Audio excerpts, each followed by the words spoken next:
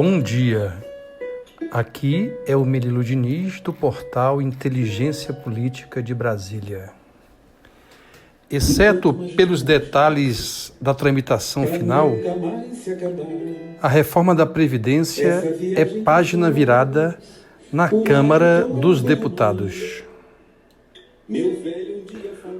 O texto saiu com as mudanças em relação ao texto base elaborado pelo relator Samuel Moreira, com base na proposta original encaminhada pelo governo ao Congresso em fevereiro. Em síntese, assim ficou a mudança: flexibilização das exigências para a aposentadoria de mulheres, regras mais brandas para integrantes das carreiras policiais, redução de 20 para 15 anos no tempo mínimo de contribuição de homens que já trabalham na iniciativa privada e regras que beneficiam professores próximos da aposentadoria. Com as mudanças feitas pela Câmara, a projeção do governo para a economia com a Previdência em 10 anos caiu para cerca de 900 bilhões. Pode ser menor de acordo com a projeção de outras instituições, mas deve ser algo entre 800 e 900 bilhões. O projeto original previa uma economia de cerca de 1,2 trilhão em 10 anos, com as mudanças nas regras de aposentadoria e pensão. Do outro lado, cumprindo promessa feita a deputados, o governo enviou na noite de terça-feira, dia 6, um projeto ao Congresso para garantir recursos para o pagamento de emendas negociadas na votação em primeiro turno da reforma da Previdência. Somente assim se iniciou a votação em segundo turno da proposta na noite de ontem. Ainda em julho, na semana de análise da reforma em primeiro turno, o presidente Jair Bolsonaro liberou vários lotes de emendas parlamentares, beneficiando bases eleitorais de deputados federais, principalmente na área de saúde. À época, ele negou que a liberação fosse uma prática da velha política, criticada por bolsonaristas. Às vésperas da votação em segundo turno, o presidente enviou novamente ao Congresso um projeto de lei que abre mais espaço no orçamento para diversos ministérios no valor de 3 bilhões.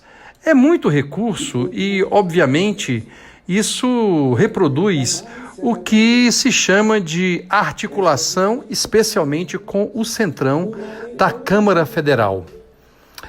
Cabe ao Congresso autorizar a abertura desse crédito, mas tal decisão não vai demorar. São recursos para que o governo cumpra o acordo feito com os deputados favoráveis à reforma da Previdência, e é óbvio que os deputados vão concordar com o cumprimento desse acordo. Apesar de ter sido eleito com um discurso de que acabaria com o fisiologismo no Congresso, com o tal do toma lá da cá, o Planalto fez promessas nesse ano de 2019 de liberação que somam mais de 5 bilhões para emendas, que tratam de obras e investimentos nos recursos dos redutos eleitorais dos congressistas. E isso foi feito em troca de voto, num dos clássicos componentes do modelo político brasileiro.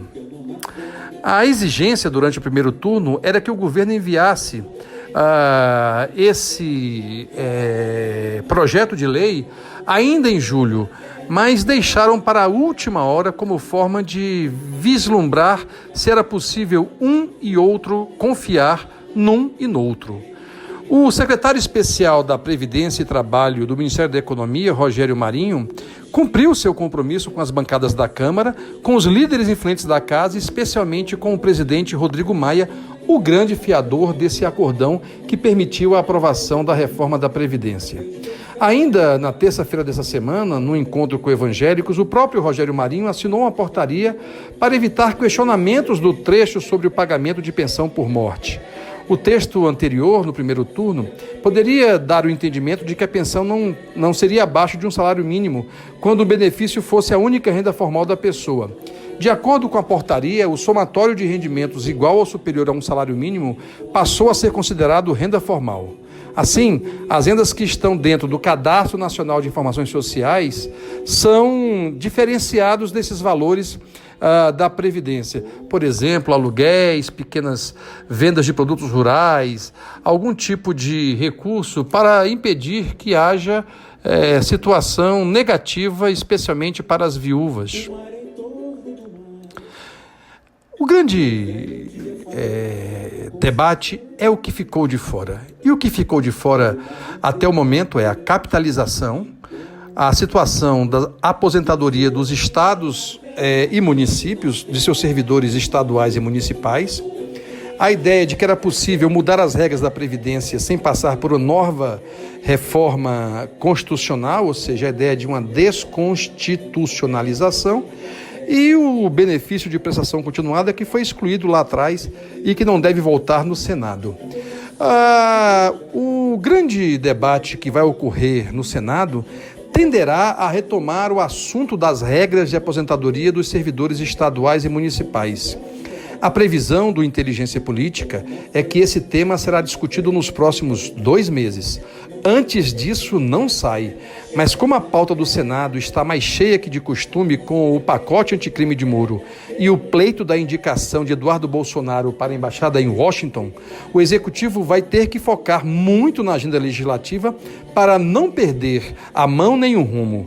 Estimo que o custo político será alto com a chegada de Davi Alcolumbre no centro das negociações. O presidencialismo de colisão é a marca do governo Bolsonaro até aqui.